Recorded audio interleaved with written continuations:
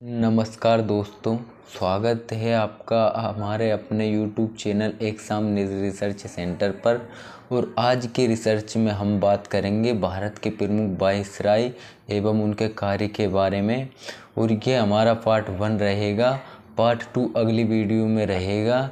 यदि आप भी कॉम्पिटिटिव एग्ज़ाम की तैयारी कर रहे हैं तो ये वीडियो आपके लिए ज़रूर कारगर साबित होगी और आपको ये वीडियो ज़रूर देखना चाहिए।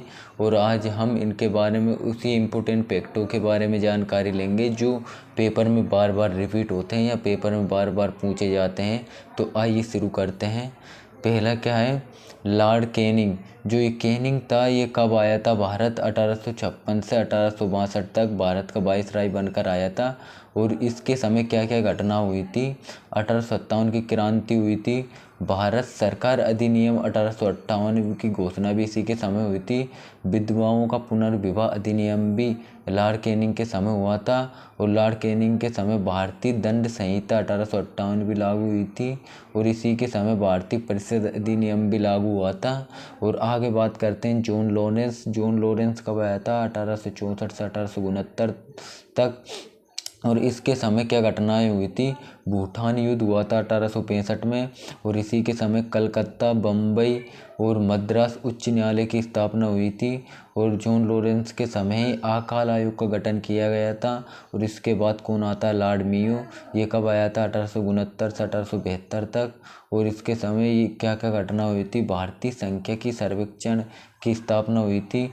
कृषि और वाणिज्य विभाग की स्थापना हुई थी।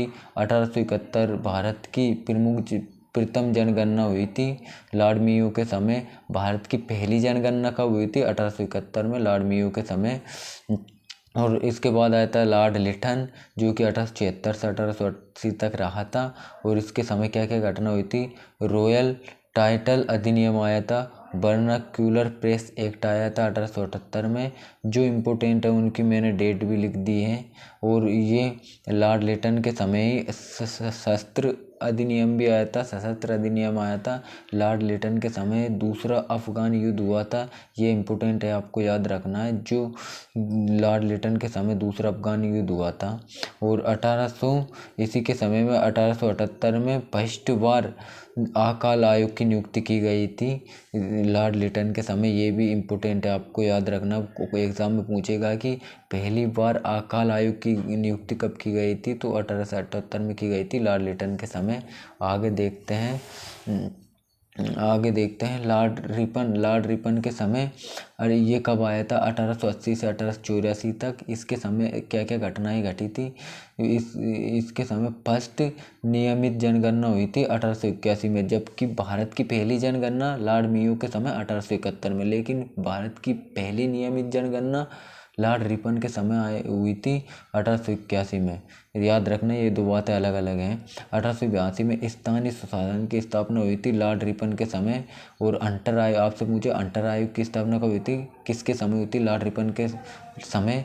और इल्बर्ट बिल भी लॉर्ड रिपन के समय आया था। और इसके बारे में एक बात याद रखना, इसको भारत का उद्धारक की संज्ञा दी जाती है, यानी भारत को बनाने वाले की संज्ञा दी जाती है। लॉर्ड डफरिन कब आया था? 1884 से 1888 तक। और इसके समय क्या बर्मा युद्ध हुआ था? बर्मा युद्ध 1885 से 1888 तक हुआ था। और इसके बारे में याद रखना, जो बर्मा इसे म्यांमार कहते हैं वर्तमान में देश जो म्यांमार है।